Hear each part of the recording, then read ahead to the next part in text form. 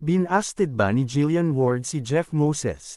Si Jeff nga ang baguhang aktor na nakasama ni Jillian sa isang teleserye kamakailan. May mga chika nga kasi na nanligaw si Jeff kay Jillian, habang ginagawa nila ang seryeng Markang Paywayon, na nagtapos na nga noong nakaraang taon. Pero giit ni Jeff, okay naman sila ni Jillian, na maganda ang tandem nila noon, na masaya sila. Pero, ang tanong nga, binasted ba siya? Next question na lang po.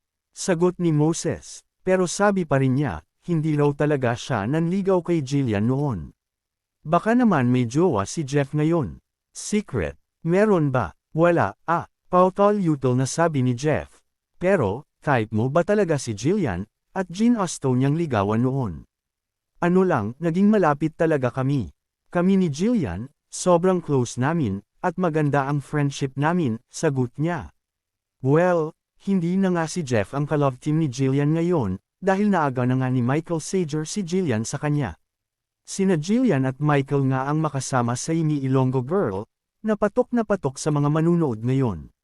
Sabi nga, ang ganda ng pasok ng 2025 kay Jillian dahil wagyang-wagi nga sa ratings at online views ang Imi Ilonggo Girl. Kilig overload nga ang hatid ng Jillian-Michelle tandem, na humamig na nga ng mahigit 337 million views ang serye across all online platforms as of January 29.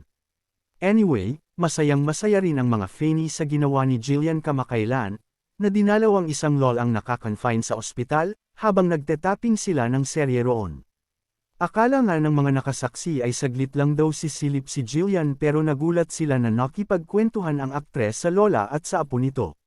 Sa video, makikita ang pagiging emotional ni Jillian na ibinahaging naalala raw niya ang kanyang lola sa nasabing pasyente.